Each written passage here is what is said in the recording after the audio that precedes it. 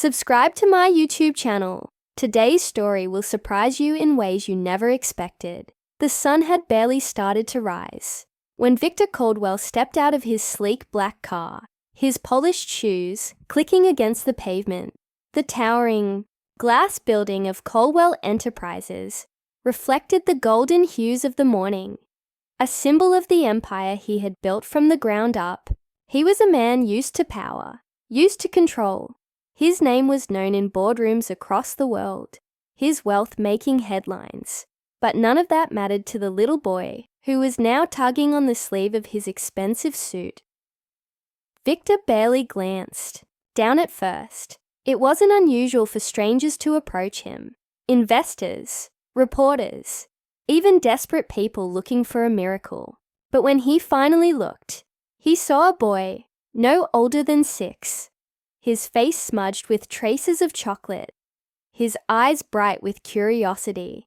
The boy grinned up at him, completely unfazed by the presence of one of the richest men in the country. "Hey, sir," the boy chirped. "My mom keeps a picture of you by her bedside." For a man who had sat across from presidents and negotiated billion-dollar deals, Victor found himself at a rare loss for words. His sharp mind raced through the possibilities. Was this a scam? A joke? Some publicity stunt? He studied the boy, his oversized hoodie, the tiny hole in the knee of his jeans, the way his sneakers were slightly too big, as if they had been bought to last longer. He wasn't the child of one of his wealthy business associates. That much was clear. Victor finally cleared his throat. "She does?" he asked, his voice carefully neutral. The boy nodded enthusiastically. "Yep. She looks at it every night, before she goes to sleep." Something about the boy's certainty sent an unexpected chill down Victor's spine. He had met many admirers in his life, people who idolized his success, followed his career, and even tried to mimic his every move. But this was different. "Who is your mom?" he asked, lowering his voice. The boy beamed. "Emily Dawson," he declared proudly, as if the name alone should explain everything. Victor froze. The name hit him like a punch to the chest. Emily Dawson. It had been years since he last heard it, but it was a name he had never forgotten. His fingers instinctively curled into a fist at his side as memories, long buried, threatened to resurface. The boy, Charlie, Victor assumed, tilted his head. "Do you know her?" he asked innocently. Victor's throat felt dry. He hesitated, the weight of the past pressing down on him. He had spent a lifetime outrunning old mistakes, burying regrets under layers of success. But now, standing on a busy sidewalk with a child staring up at him, those regrets had found him again. He forced a tight smile. "Where is your mom now?" Charlie pointed across the street, where a small bakery sat between 2 larger buildings. Through the glass window, Victor saw her, Emily. She was wiping down a counter, her hair pulled back into a loose ponytail, the same gentle determination on her face that he remembered so well. For a moment, he couldn't move. The years had changed her, but in so many ways, she was still the same. The last time he had seen Emily, their worlds had been completely different. Before he had climbed to the top, before he had left everything and everyone behind to chase success. Charlie tugged at his sleeve again. "Wanna come say hi?" Victor's heart pounded against his ribs. The easy answer would have been no. Walk away. Pretend this never happened. He had done it before. But something about the little boy's expectant gaze held him in place. He wasn't just looking at a random billionaire. He was looking at someone who mattered in a way Victor didn't fully understand yet. And then, in the span of a breath, everything shifted. A car horn blared as someone shouted, "Hey kid, watch out!" Charlie had stepped too close to the street, his sneaker barely grazing the curb. Without thinking, Victor's arm shot out. pulling him back just as a speeding car whooshed past, sending a gust of wind between them. Charlie's eyes widened, his small hands clutching onto Victor's coat for balance. For the first time since their conversation began, he looked shaken. Victor knelt, gripping the boy's shoulders firmly. "Are you okay?" Charlie nodded slowly, his voice quieter this time. "Yeah, that was close." Victor exhaled, steadying himself. That moment, just a second too late, and everything could have changed. Emily had turned at the commotion. Their eyes met through the bakery window, her face shifting from confusion to shock. Victor stood slowly, his heart pounding for an entirely different reason now. He wasn't sure what he was about to walk into. But one thing was certain. This wasn't over, not by a long shot. Victor stood frozen on the sidewalk, his grip still firm on Charlie's shoulders. The boy had no idea how close he had come to serious danger, but Victor did. His heart was still hammering in his chest, though he masked it with a calm exterior. Emily had stepped out of the bakery now, wiping her hands on her apron as she hurried toward them. Her eyes flicked between Charlie and Victor, confusion, concern, and something else, something unreadable, flickering across her face. "Charlie, are you okay?" she asked, kneeling beside him. "Yeah, Mom." Charlie nodded. "The car came out of nowhere, but he saved me." He pointed up at Victor, grinning, completely oblivious to the tension settling between the adults. Emily stood slowly, her eyes locking onto Victor's.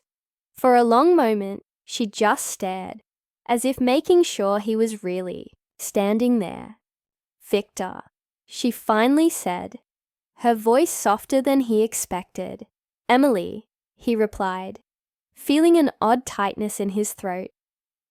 Neither of them spoke for a moment, and the world around them seemed to fade. The honking cars, the murmuring pedestrians, even Charlie, who was now tugging on his mom's sleeve, oblivious to the weight of the past pressing down on them. Emily finally exhaled, shaking her head slightly. "Of all people, I never thought I'd see you again." Victor wasn't sure what to say to that. He hadn't thought about this moment. Not really. He had spent years burying his past, convincing himself that some doors were better left closed. But now, standing in front of Emily, those doors were wide open, and there was no turning back. Charlie looked up at his mum, confused. "Wait, you do know him?" Emily hesitated, glancing at Victor, then back at her son. "Yes, Charlie," she said softly. "A long time ago." Victor swallowed. The way she said it made something twist inside him. A long time ago, as if he was nothing more than a distant memory. Charlie's face lit up with excitement. "So you used to be friends?" Emily let out a quiet, almost bitter laugh. "Something like that." Victor knew this wasn't the place to talk. Not with curious little eyes, watching their every move. He glanced at the bakery. "Can we?" He motioned toward the entrance. Emily hesitated, then nodded. "Yeah, come inside." Charlie, still full of energy, ran ahead, pushing open the door, oblivious to the tension hanging in the air. Victor followed Emily inside, immediately hit by the scent of warm bread, cinnamon, and freshly brewed coffee. It was small but cozy, with wooden shelves lined with pastries, and a handwritten menu hanging behind the counter. Emily took off her apron, tossing it onto a nearby stool. "Take a seat," she said, nodding toward a small table in the corner. Victor sat, his mind still struggling to process how he had ended up here. Emily sat across from him, her arms crossed as she studied him. "You look different," she finally said. Victor let out a dry chuckle. "I hope that's not a bad thing." Emily shook her head. "It's just strange, seeing you here." She glanced toward the window, where the city stretched out beyond them. I used to wonder sometimes, what happened to you? Victor exhaled, rubbing a hand over his jaw. And now you know. Emily nodded, her eyes flicking toward Charlie, who was now behind the counter, chatting happily with one of the workers. He doesn't know, she said quietly. Victor's chest tightened. He had suspected as much. But hearing it confirmed still. Hit differently. Not even a little? He asked. Emily shook her head. He knows of you. I mean, your name is everywhere. But he doesn't know this. She motioned between them. Victor leaned back in his chair. He could tell there was so much she wasn't saying, so much history between them that hadn't been touched yet. Why does he think you have a picture of me by your bedside? He asked, forcing a light tone. But his heart pounded as he waited for her answer. Emily sighed, running a hand through her hair. I don't, she admitted. But I do have an old newspaper clipping in my nightstand. The article about your first big deal, when you made your first 100 million. Victor raised a brow. Why? Emily hesitated. Because, she said carefully, I needed to remind myself that you were real. That I didn't just imagine everything we went through. Something about her words unsettled him. Victor had spent years believing he had left his past behind. But now, hearing Emily say she had held on to a piece of it, it made him wonder if the past had ever truly let him go. He looked at her, really looked at her. The same warmth in her eyes, the same quiet strength. But there was something else now, something hardened. A distance he wasn't sure how to close. Emily, But before he could finish, the bell above the bakery door jingled. And a man walked in. He was tall, broad-shouldered, with a friendly but familiar ease as he approached the counter. Charlie lit up. Uncle James, he called, running over to the man. Victor watched as James ruffled the boy's hair with a smile before glancing up. And then his expression changed the moment he saw Victor. James, Emily said, standing up quickly. James's jaw tightened as he looked between them. What's he doing here? Victor didn't need to ask to know who James was.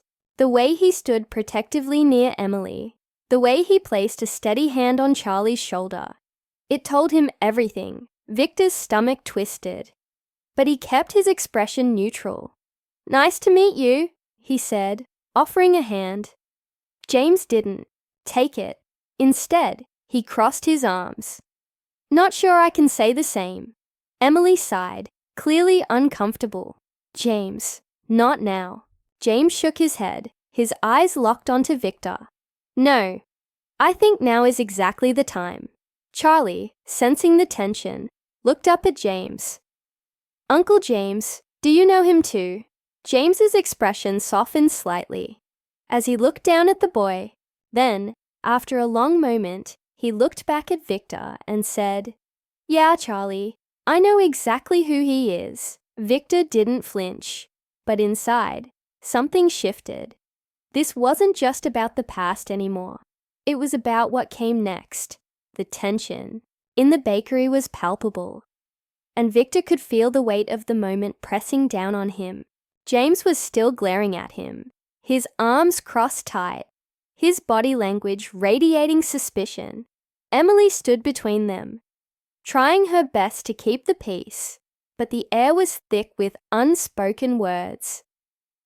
Victor's gaze flicked over to Charlie, who was now bouncing on his feet, clearly confused by the growing tension. Uncle James, do you know him? Charlie asked again, his voice small, but filled with a child's innocent curiosity. James looked down at Charlie, his features softening slightly, but the protective edge never left his posture. Yeah, Charlie, I know him, he said, his tone now calmer but still heavy with meaning. And it's not just a simple no. It's a long story, a complicated one. His eyes shifted back to Victor. as if daring him to explain. Victor could feel the weight of the unspoken history between them, the bitter remnants of their shared past lingering in the room like a thick fog. It wasn't just Emily he had to explain himself to, it was James too, and that meant dealing with something he had buried deep within himself for years. Victor took a slow breath, his mind racing, trying to find the right words. "I know things don't look great right now," he started, his voice steady, but laced with the emotion he had been holding back. "But what you need to understand is that I'm not the same person I used to be. I've changed, and I want to make things right." James let out a harsh laugh, the sound cutting through the quiet bakery. "Make things right," he repeated, shaking his head. "Do you really think you can just waltz back into our lives and make things right, Victor? You left. You disappeared when we needed you the most. And now you think you can just show up and play the hero." His voice rose with each word, but Emily put a gentle hand on his arm, trying to calm him. Victor's heart sank, but he didn't back down.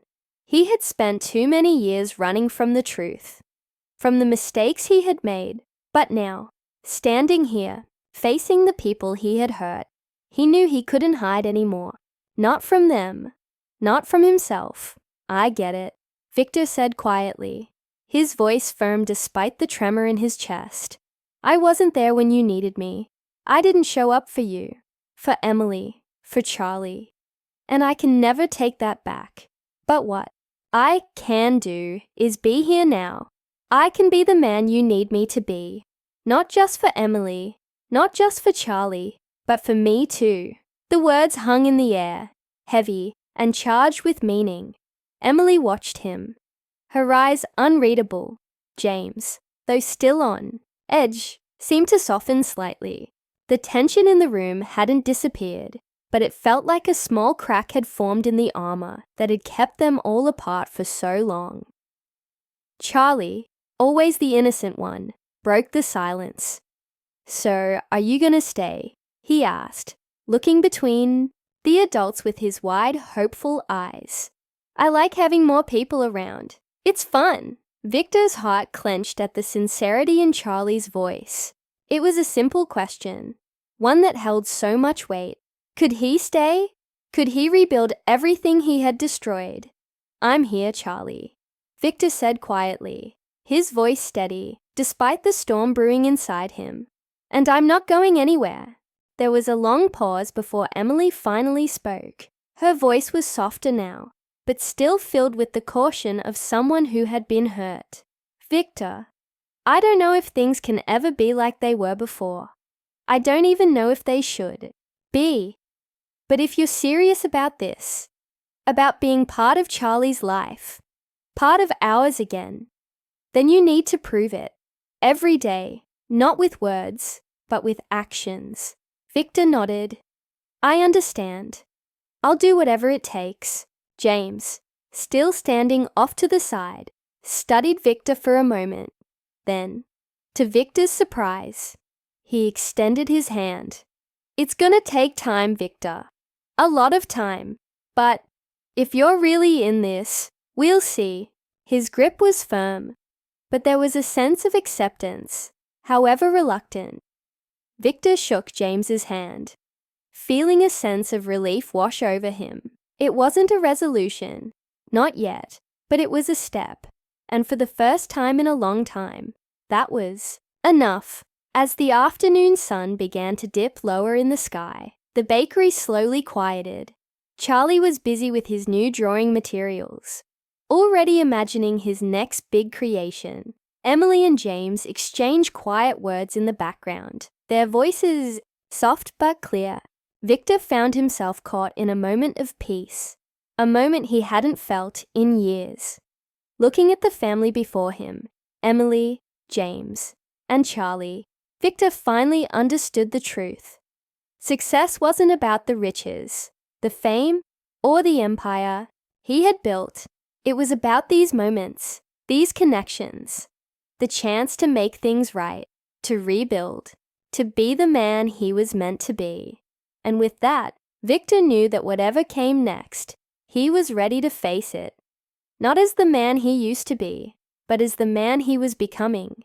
And for the first time, he felt like he had something worth fighting for, something real, something that mattered. The door jingled as a customer walked in, but Victor didn't turn. Instead, he looked at the people in front of him, the ones who mattered most. There was still so much to be done, so many mistakes to be fixed. But for the first time in years, he believed that maybe, just maybe, he could make it right. As the camera faded out, the last words of the story echoed through the screen, leaving the audience to reflect. Success isn't what you build, it's who you build it with.